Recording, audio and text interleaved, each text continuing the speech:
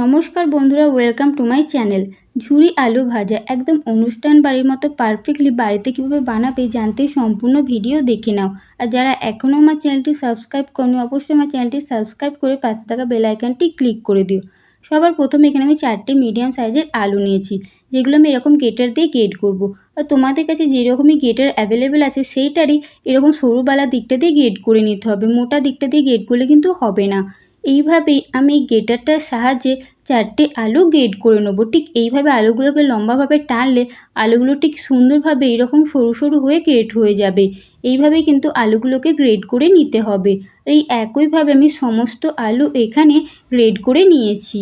দেখো, আলুগুলো তো আমি খুব সুন্দরভাবে কুড়ে নিলাম।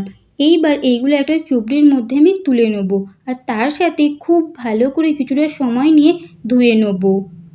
আলু খুব ভালো করে ধুয়ে নেওয়ার পর এখানে একটা রুমাল নিয়েছি, যার মধ্যে আমি আলুগুলো মেলে রাখবো।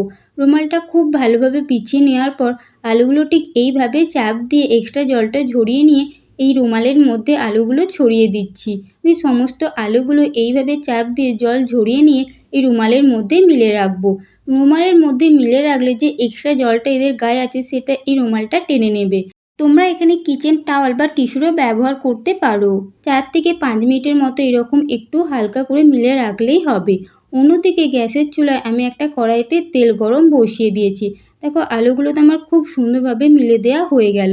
তাহলে এবার পরের স্টেপে যাই। তেল খুব ভালো করে গরম করে নিয়ে এর মধ্যে দিয়ে দিচ্ছি বাদাম। বাদামগুলো এবার খুব ভালো করে লাল লাল করে ভেজে নেব। গ্যাসের ফ্লেম হাই রেখে আমি বাদামগুলো খুব ভালো করে ভেজে নিয়েছি। এগুলো আমার প্রয়োজন মতো ভেজে নেওয়া হয়ে গেছে। এবার আমি তেল ঝারিয়ে এইগুলো তেল থেকে তুলে নিচ্ছি।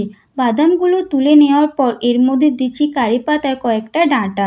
কারি পাতাগুলো এবার খুব ভালো করে ভেজে নেব। আর গ্যাসের ফ্লেম এতক্ষণ মিডিয়ামে ছিল, এইবার গ্যাসের ফ্লেম একদম হাই করে নিতে হবে। আমি কারি পাতাগুলো তেল থেকে তুলে নেওয়ার সাথে সাথে গ্যাসের ফ্লেম হাই করে দিয়েছি, কারণ আলুগুলো হাই ফ্লেমেই ভাজতে হবে। আর আলুগুলো ঠিক এইভাবে ঝাঁকিয়ে ঝাঁকিয়ে তেলের মধ্যে দিতে হবে। একভাবে এক জায়গায় যদি আলুগুলো পড়ে যায় তাহলে সেগুলো জড়িয়ে যাবে, একদম ঝুড়ো ঝুড়োভাবে ভাজা হবে না। আর তেলে দেওয়ার সাথে সাথে ঠিক এইভাবে এইগুলোকে নেড়ে যেতে হবে।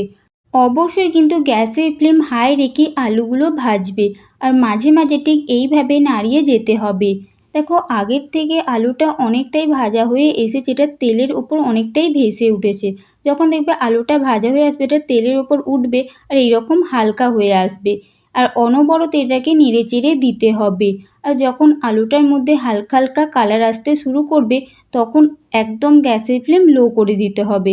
দেখো, আলুটার মধ্যে কিন্তু আগের থেকে কালার আসতে শুরু করেছে, তাই আমি গ্যাসের ফ্লেম একদম লোয়ে করে দিচ্ছি। লো ফ্লেমের এবার হালকা একটু নেড়ে চেড়ে নিলে এটার মধ্যে পারফেক্টলি কালার চলে আসবে। আর যখন আলুগুলোর মধ্যে ঠিক এই রকম কালার চলে আসবে তখন এগুলো তেল থেকে তুলে নিতে হবে। এর থেকে বেশি ভাজলে এইগুলো একদম কালো হয়ে যাবে, ভালো লাগবে না। তাই এইগুলো এবার আমি তেল থেকে ঝটপট করে তুলে নিচ্ছি। ভাজা আলুগুলো আমি তেল ঝরিয়ে খুব ভালো করে তুলে নিচ্ছি।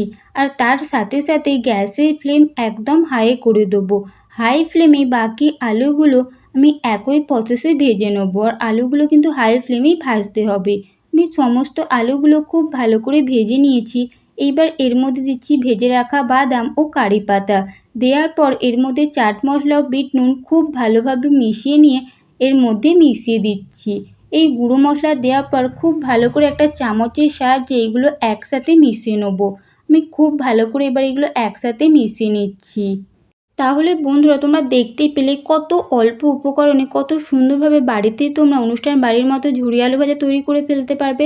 অবশ্যই রেসিপিটা ট্রাই করো। কেমন লাগলো কমেন্টে জানাতে ভুলো না। ভালো লাগলে একটা লাইক দিয়ে আমার চ্যানেলটি সাবস্ক্রাইব করো। ভিডিও শেষ পর্যন্ত থাকার জন্য অসংখ্য ধন্যবাদ। বাই।